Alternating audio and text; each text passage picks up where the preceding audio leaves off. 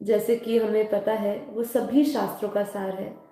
और ऐसा कहा जाता है कि यदि हमने इसको अच्छी तरह पढ़ा, मनन चिंतन पठन सब किया, तो हमें दूसरे अन्य शास्त्रों का हमें संग्रह नहीं करना पड़ता है। तो इसीलिए हम गीता सार को समझने की कोशिश कर रहे हैं यथार्थ रूप से। जैसे कि मैंने आपको कहा था कल कि जो अध्याय दूसरा है बहुत ही इम्पोर्टेंट है और सबसे बड़ा अध्याय है। और आज हम कोशिश करेंगे उसके कुछ वस्तुओं को उसके कुछ अध्याय अध्याय के कुछ श्लोकों को समझने की, कि भगवान श्री कृष्ण जो दुविधा में फंसे हुए अर्जुन है उसको क्या प्रेरणा दे रहे हैं, क्या शिक्षा दे रहे हैं। तो हम इसका प्रयास करेंगे समझने का। तो उससे पहले मैं एक छोटा सा एक योगेश्वर, भगवान श्री कृष्ण को क्या कहा जाता है, योगेश्वर, योगेश्वर, ठीक है। अब इसको इनको योगेश्वर क्यों कहा जाता है? देखिए, हमें भगवान श्री कृष्ण ने जो गीता कहे अपने मुख कमल के द्वारा, वो हमें क्या दे रही है, क्या ज्ञान दे रही है। अभी आप अध्याय 2 जब पढ़ेंगे, मैं सारांश में पढ़ रही हूँ, तो मैं ये वाली बुक थोड़ा रेफर कर रही हूँ।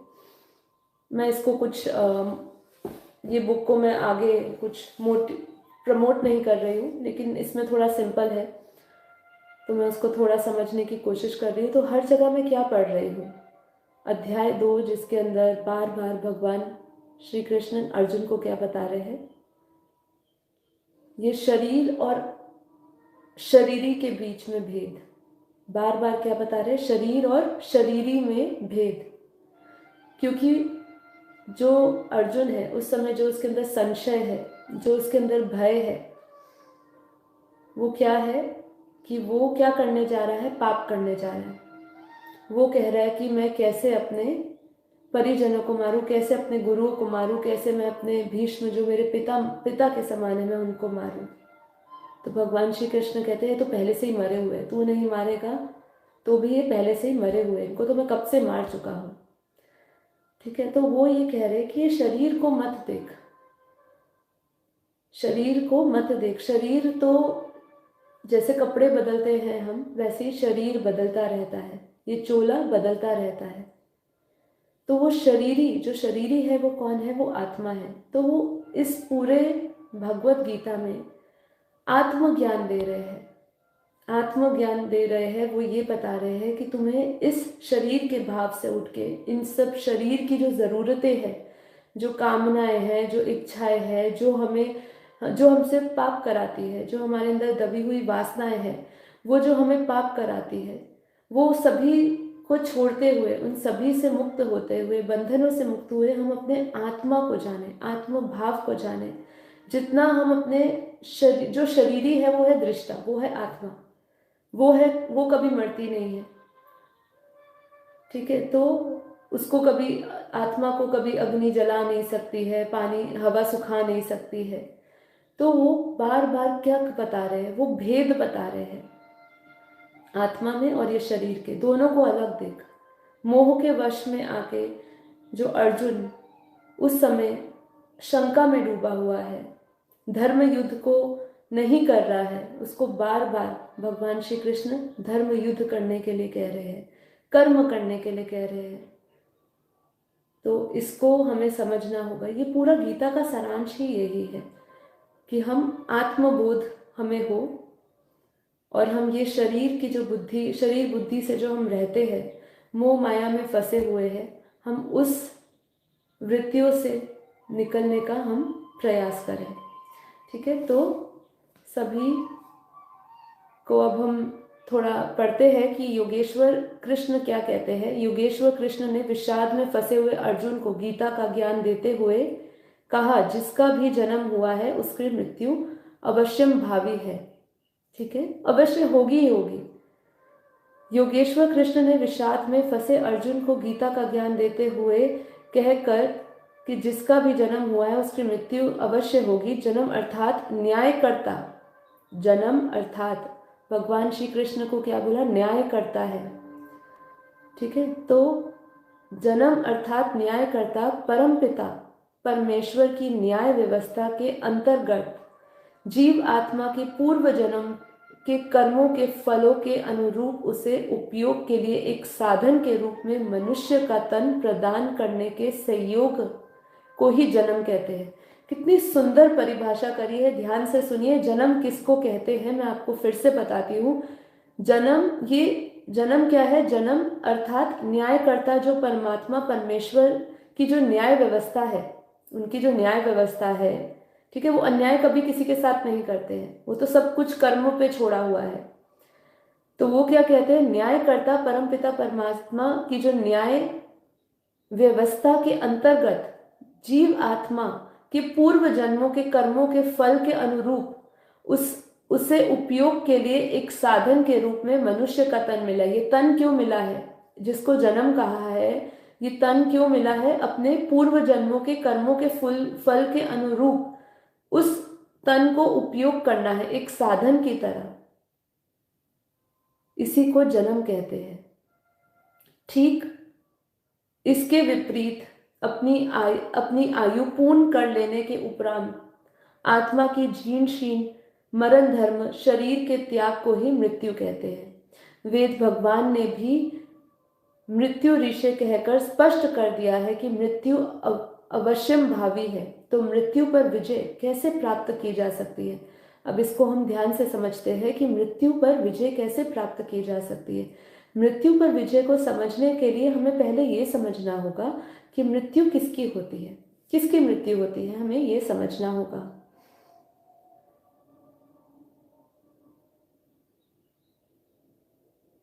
यह समझना होगा कि मृत्यु किसकी होती है, हम कौन हैं और क्या हम मरण धर्म में है। प्रथम प्रश्न मृत्यु किसकी होती है का उत्तर भी योगेश्वर कृष्ण गीता के ज्ञान में देते हुए बताते हैं कि 5 मूल तत्व अग्नि, जल, वायु, आकाश और पृथ्वी के संयोग और मिलन से बने इस मनुष्य शरीर व साधन को ही मरण धर्म बताया है। साथ ही साथ ये कहा है कि कृष्ण ने आत्मा को अजर, अमर, नित्य और अविनाशी बताया है। यजुर्वेद के 40वें अध्याय के 15वां मंत्र में वेद भगवान ने भी आत्मा की अजरता, अमरता और शरीर के मरण धर्म होने को स्थापित किया है। यहाँ यह स्पष्ट हो जाता है कि जीव आत्मा मृत्यु से परे है और हमारा मनुष्य का तन अर्थात ईश्वर प्रदत्त साधना ही मरण धर्म है। क्या? हमारी जो जीव आत्मा है, स्पष्ट किया है कि जीव आत्मा जो है, आत्मा है जो वो मृत्यु से परे है और हमारा मनुष्य का जो तन है वो जो ईश्वर ने हमें एक साधन के रूप में दिया है वो मरण धर्म है। मृत्यु पर विजय वास्तव में मृत्यु के डर पर विजय है। एक डरा हुआ कायर व्यक्ति अपने जीवन में सैकड़ों बार मरता है, जबकि निडर साहसी व्यक्ति मृत्यु के रहस्य को जानने वाला जीवन में केवल एक बार ही मृत्यु का आलिंगन करता है। योगेश्वर श्री कृष्ण ने भी गीता का ज्ञान देते हुए मृत्यु को परिधान परिवर्तन की संज्ञा दी है। क्या? ये एक परिवर्तन की एक प्रक्रिया है। जैसे हम प्रतिदिन नहाकर नए वस्त्र पहनकर प्रसन्न होते हैं, वैसे ही मृत्यु के उपरांत इस जीवात्मा के पूर्व कर्मों के आधार पर मिलने वाला नए शरीर व साधन की प्राप्ति के लिए हमें शोक नहीं करना चाहिए, अपितु नए साधन की प्राप्ति के लिए हमें प्रसन्न होना चाहिए। वेद भगवान ने भी उन अनेक स्थानों पर मृत्यु का शोक न करने की या मृत्यु के ऊपर उठने ही प्रेरणा दी है। जैसे अर्थवेद में कहा है कि मृत्यु तेरी रक्षा करे और तू समय से पूर्व न मरे। अर्थवेद में कहा गया है कि वेद भगवान ने संदेश दिया है कि जीवात्मा मैं मृत्यु से तुझको ऊपर उठाता हूं। ये संदेश दिया है कि मृत्यु तू पुरुष को समय से पूर्व मत मान। अब प्रश्न उठता है कि मनुष्य किस प्रकार की मृत्यु के डर से विजय पाए।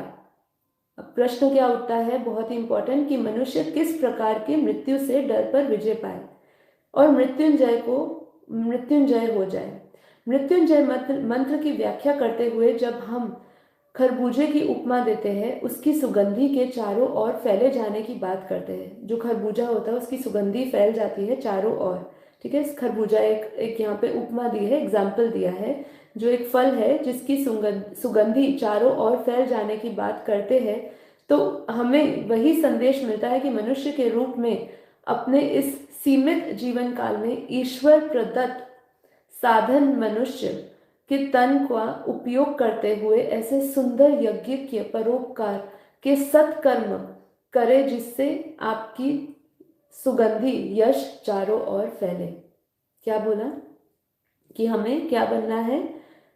हमें इस जीवन काल में ईश्वर को समर्पित होते, ईश्वर की साधना करते हुए इस साधन के द्वारा हमें क्या करना है? परोपकार सत्कर्म करने हैं, सत्कर्म करने हैं जो हमारी सुगंधी यश चारों ओर फैलाए। और फिर चाहे मृत्यु के उपरांत हमारी भौतिक शरीर रहे या ना रहे, मृत्यु के उपरांत ये भौतिक शरीर रहे या ना रहे, यश रूपी शरीर सदा सर्वज्ञ के लिए अमर हो जाता है और हमारे चले जाने के बाद भी जनमानस में हमारा कर्मों विचारों के माध्यम से हमें जीवित रख सके। वैसे भी शतपथ ब्राह्मण के अमर तत्व की व्याख्या करते हुए कहा है कि जिसको उस परम ज्योति के दर्शन हो जाते हैं, अर्थात वो जीवात्मा उस सर्व अंतर्यामी परमात्मा को अपने ही अंदर आत्मसात कर लेती है, वह अमर हो जाती है और मरण धर्म अपनी समस्त कामनाओं को पूर्ण कर लेती है। अर्थात यदि मनुष्य अपने जीवन के लक्ष्य अर्थात ईश्वर की अनुभूति करते हुए मोक्ष को प्राप्त हो जाए तो वह अमर हो जाता है। हम कह सकते हैं कि मृत्यु के रहस्य को समझकर अपने अर्थात जीवात्मा के और ईश्वर के सच्चे स्वरूप को समझते हुए ईश्वर को अंतर्यामी रूप में अपने ही अंदर जान मानकर जो मनुष्य जीवन के लक्ष्य को प्राप्त कर लेता है वह मृत्यु पर विजय प्राप्त कर लेता है। तो इसका क्या अर्थात क्या समझा, हम समझे इस बात से कि जो मनुष्य इस जीवन काल में रहते हुए उस अमर तत्व को जान लेता है, स्वयं को जान लेता है, ईश्वर को जान लेता है, इस जो हमें देह रूपी साधन मिला है, जब वो उस अंतर्यामी प्रभु को, उस सच्चे स्वरूप को जान लेता है, उस सत्यचित आनंद स्वरूप को जान लेता है, तो वो मृत्यु के भय से मुक्त हो जाता है।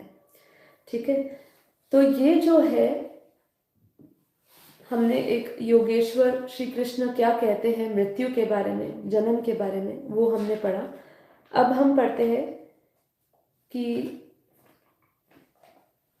जब अर्जुन अध्याय दूसरे का कुछ श्लोक पढ़ते हैं जो इम्पोर्टेंट है। दूसरा अध्याय पूरा का पूरा इम्पोर्टेंट है, लेकिन हम उसमें से कुछ इम्पोर्टेंट थोड़े ही भाग को लेंगे, जिससे क्योंकि हमारे पास समय की कमी होती है, अभाव है, तो हम सब कुछ नहीं ले सकते, लेकिन इसका अध्ययन ज़रूर करिए, इसको ज़रूर पढ़िए।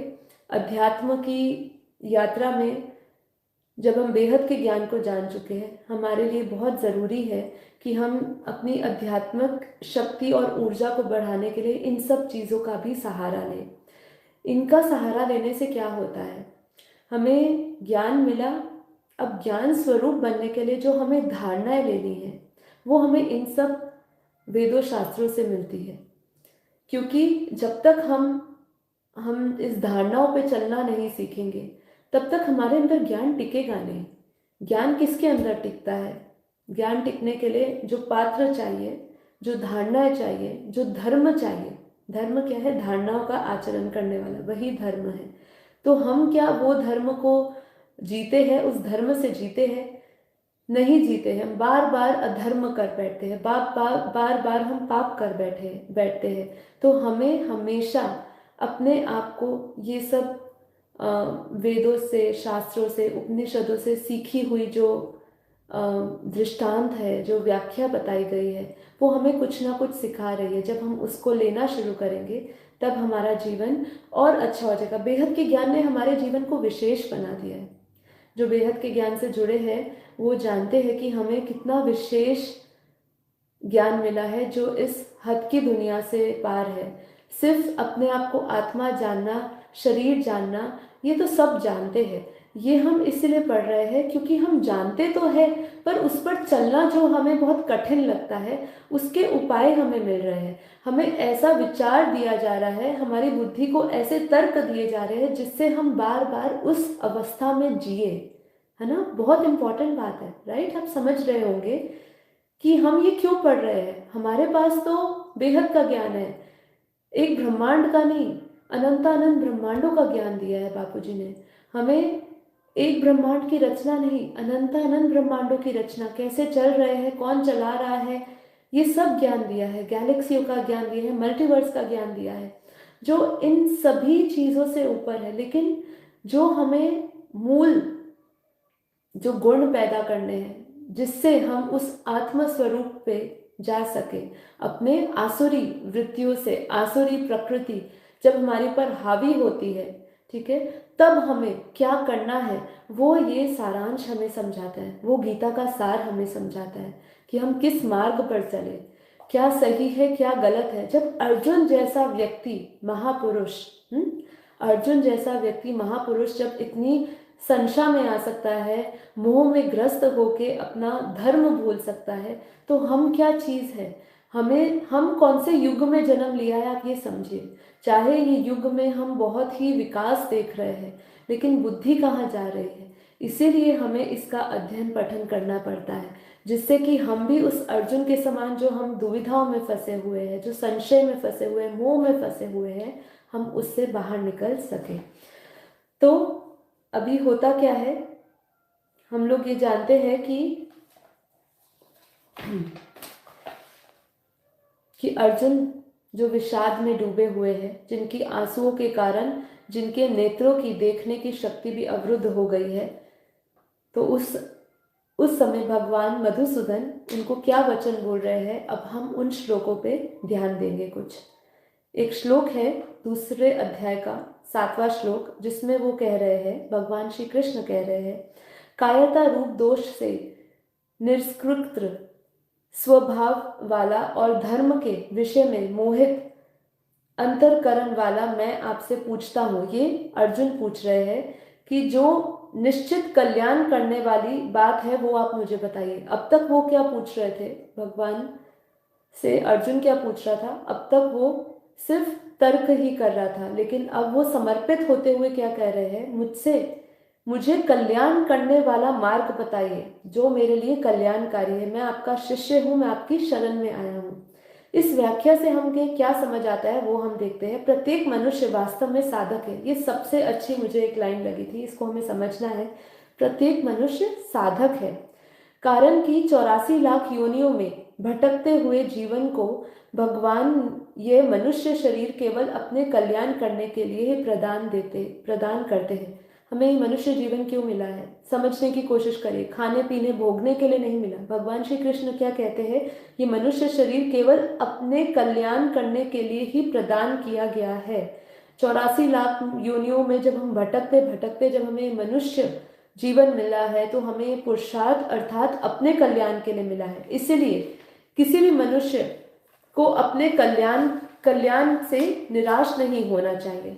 मनुष्य मात्र को परमात्मा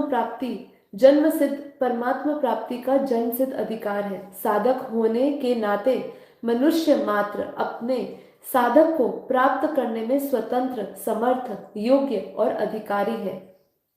सबसे पहले इस बात की आवश्यकता है कि मनुष्य अपने उद्देश्य को पहचान कर दृढ़ता पूर्वक यह स्वीकार कर ले कि मैं संसारी नहीं हूँ, प्रत्युत साधक हूँ। ठीक है, अभी उन्होंने साधक के बारे में भी उन्होंने परिभाषा दी है, अभी आप सुनिएगा।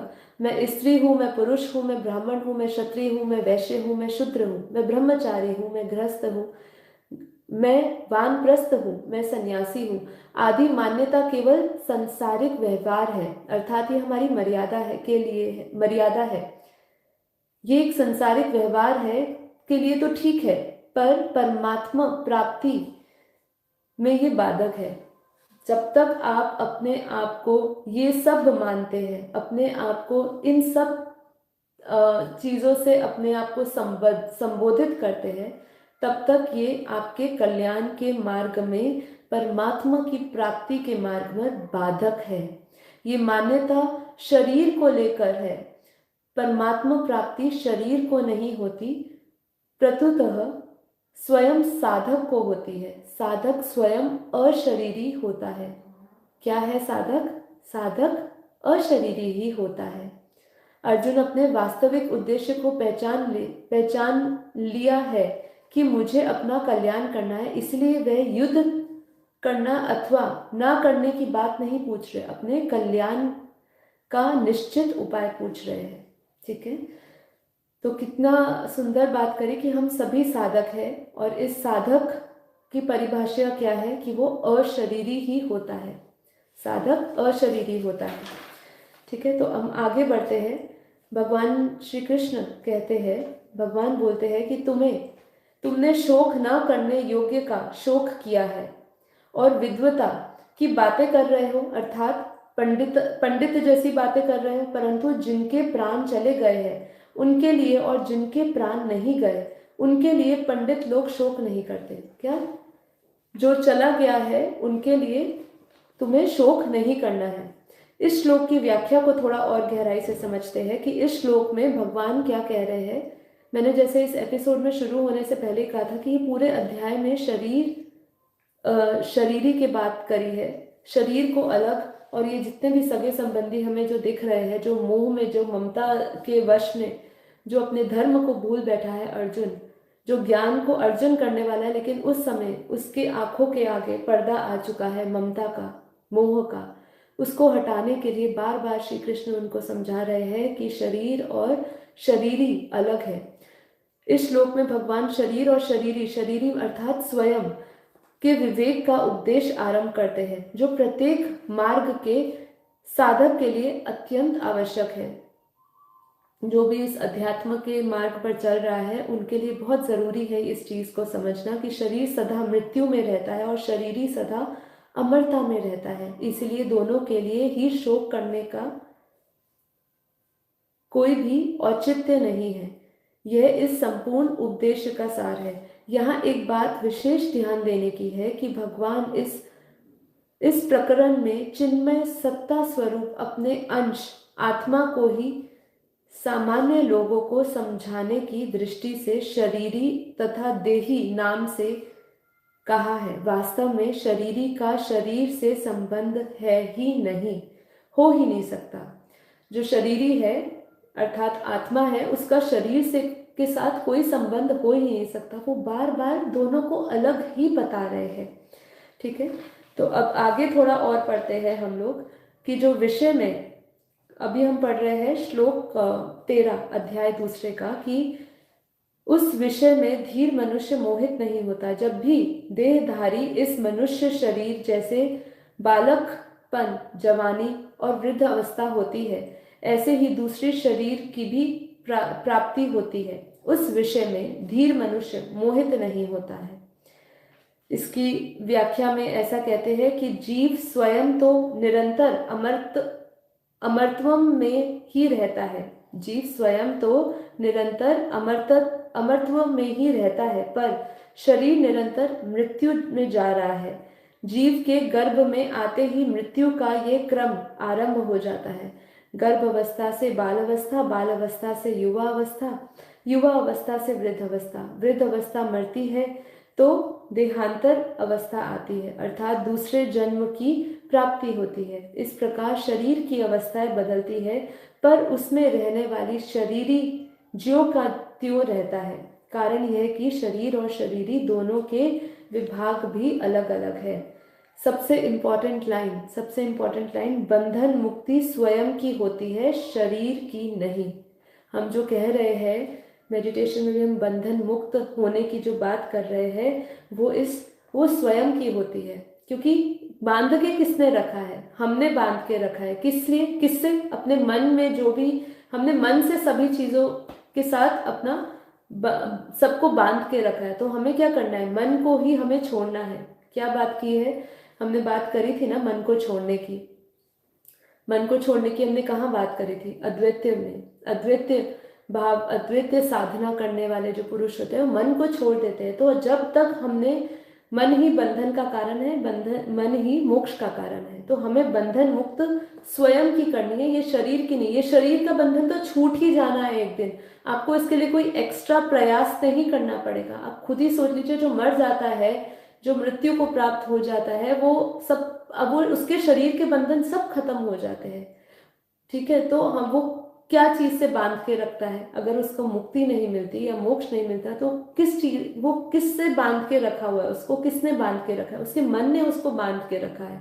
अगर उसके मन में इस संसार के प्रति अभी भी मोह है, ठीक है, तो वो इस संसार से जुड़ा रहता है, मृत्यु के पश्चात भी जुड़ा रहता है।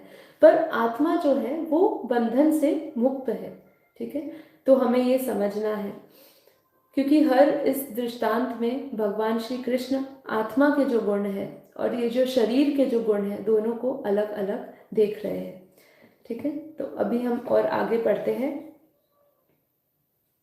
ठीक है। वापस अभी हम दूसरी चीज पढ़ते हैं। संजय बोले, अब संजय क्या बोल रहे हैं हम पढ़ते हैं। तब करुणाग्रस्त आंसू से पूर्ण व्याकुल दृष्टि वाले जो अर्जुन है, उनको भगवान मधुसूदन ये वचन दे रहे हैं कि हे अर्जुन, तुम्हें इस समय ये शोक किस प्रकार हो रहा है। अब जब वो शोक में डूबा होता है तो एक चीज और भगवान श्री कृष्ण बोलते हैं कि तू इस प्रकार शोक में कैसे डूब सकता है, क्योंकि ना ये श्रेष्ठ पुरुषों द्वारा आचरित है, ना स्वर्ग देने वाला है और ना यश देने वाला है। क्या ये जो तू शोक कर रहा है, ये तुझे ना क्या नहीं देगा, ना तुझे यश देगा, ना तुझे श्रेष्ठ पुरुषों द्वारा आचरित मानेगा, ना तुझे स्वर्ग मिलेगा। हे पृथपुत्र, कायरता को मत प्राप्त हो, यह तुम्हें शोभा नहीं देता। हृदय की तुच्छ दुर्बलता को त्याग दे। देखिए, ये जो बोल रहे हैं ना भगवान श्री कृष्ण, इसको आप सोचिए कि आप स्वयं अर्जुन हैं जो इस संसार में फंसे हुए हैं, और भगवान श्री कृष्ण आपको ये कह रहे हैं कि ये जो हमने दुर्बलता अपने अंदर पाल के रखी है ना, जो हमने तुच्छ बातों के चक्कर में अपना पूरा समय निकाल देते हैं, दुखी होते हैं, छोटी छोटी बातों में दुखी होते हैं, तो हमें ये समझना है कि भगवान क्या कह रहे हैं, इस दुर्बलता को त्याग दे। तो जब अर्जुन बोलते हैं कि मैं इस रणभूमि में किस प्रकार बाणों से पितामह भीष्म और गुरु द्रोणाचार्य के विरुद्ध लड़ूं, क्योंकि ये दोनों ही पूजनीय हैं, इन महान गुरुजनों को मारने से इस लोक में मैं भिक्षा का अन्न खाना अधिक कल्याणकर समझता हूँ, क्योंकि गुरुजन को मारकर भी मैं उनके रुधिर से सने हुए अर्थ और काम रूप भोगों को ही भोगूंगा। तो वो क्या कह रहे हैं कि अगर इनको मैं मार देता हूँ तो जो इनका जो रुधिर है उसमें उस काम रूप को भोगूंगा उनके मरने के पश्चात भी। तो उसने क्या कहा, मैं भिक्षा का अन्न खाना ज्यादा कल्याणकारी समझता हूँ। देखिए उसकी बुद्धि की उसकी बुद्धि देखिए, बुद्धि का स्तर देखिए। मोह जो है हमसे हमारा विवेक खत्म कर देता है।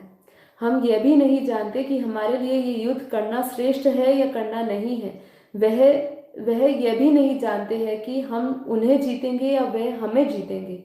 जिनको मारकर हम जीना चाहते ही नहीं है, वह धृतराष्ट्र के पुत्र ही हमारे सम्मुख खड़े हैं। ये अर्जुन सब पूछ रहा है। तो आगे वो कहते हैं, कायरता रूप दोष से पराजित स्वभाव वाला और धर्म के विषय में मोहित चित्त मैं आपसे पूछता हूँ कि मुझे कल्याणकारक साधन पता है। ठीक है, तो वो क्या बताते हैं, हम अब उसके बारे में सुनते हैं।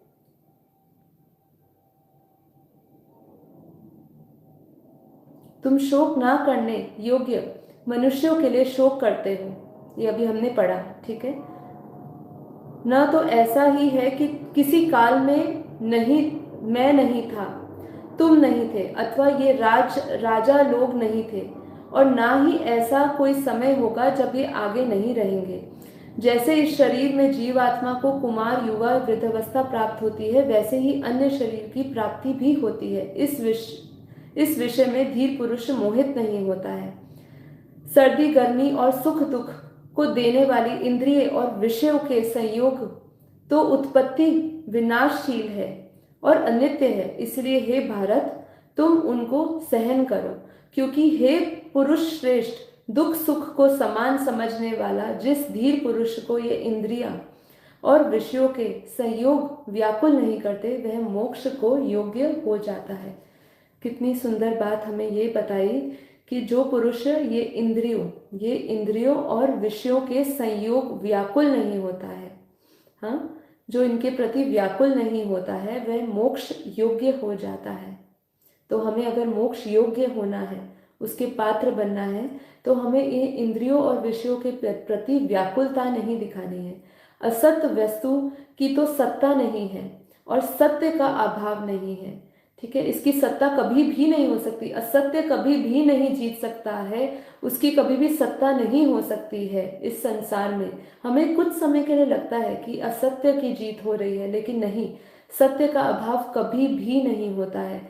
हर एक युग में हमेशा सत्य हमेशा प्रभावशाली होता ही है और असत्य जो है उसकी सत्ता कभी भी नहीं बन सकती। इस प्रकार इन दोनों का ही तत्वज्ञानी पुरुष द्वारा देखा गया है।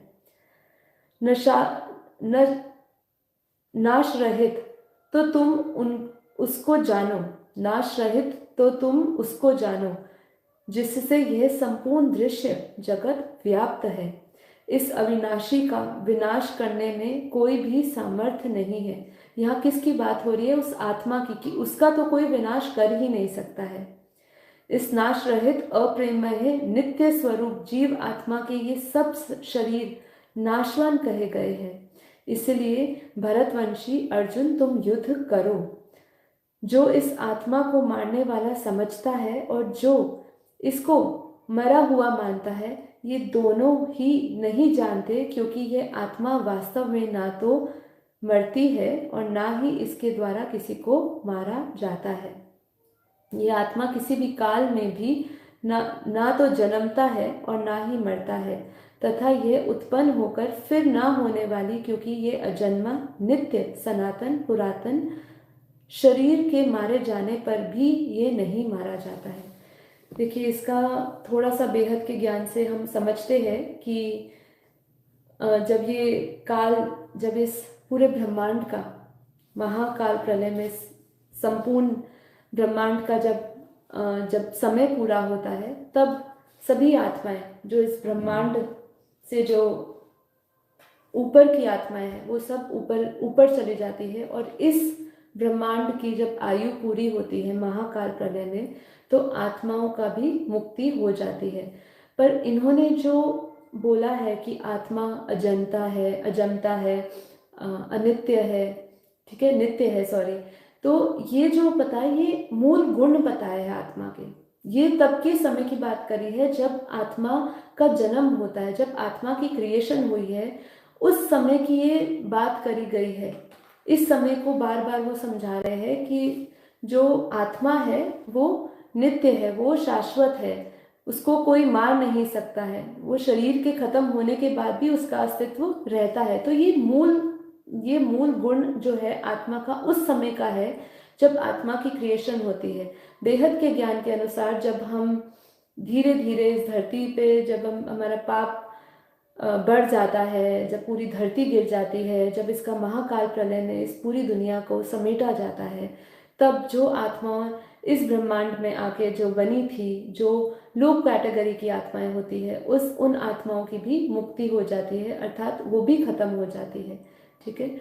पर जो हाई क्वालिटी की आत्मा है वो इस ब्रह्मांड से ऊपर चले जाती है, ठीक है। तो हमें समझना है कि किस समय की बात हो रही है। आत्मा को अजन्मा क्यों कहा है ना? तो अजन्मा इसलिए कहा है कि वो कभी जन्म नहीं लेती है, लेकिन ये उसकी अवस्था है जब उसकी निराकारी निरंजन निराकार अवस्था है, निर्विकारी अवस्था है, जो आत्मा के मूल संस्कार है, मूल गुण है, ठीक है, उसकी बात हुई है। अब हम इसको थोड़ा छोटा करते हैं, टाइम हमारा निकलता जा रहा है, और कुछ जो इम्पोर्टेंट बात है वो मैं एक बार ले लेती हूँ, क्योंकि जैसे कि मैंने कहा इसमें बहुत सारी चीज़ें हैं जिसको हमें डिस्कस करना है, और हो सकता है कि हम इसको और आगे हम इसको डिस्कस करें थोड़ा सा।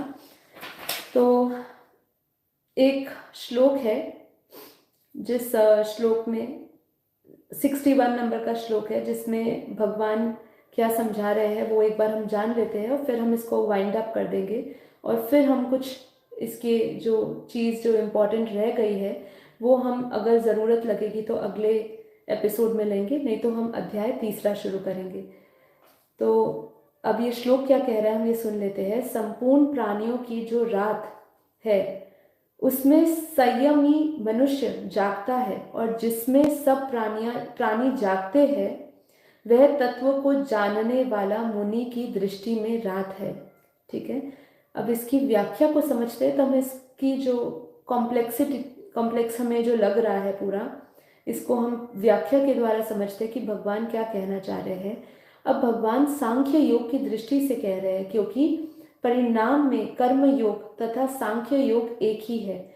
लोग जिस परमात्मा की तरफ से सोए हुए हैं वह तत्वज्ञ महापुरुष और सच्चे साधक की दृष्टि में दिन के प्रकाश के समान है। क्या बोला कि जो लोग परमात्मा की तरफ से सोए हुए हैं वह तत्वज्ञ महापुरुष और सच्चे साधकों की दृष्टि में दिन के प्रकाश के समान है।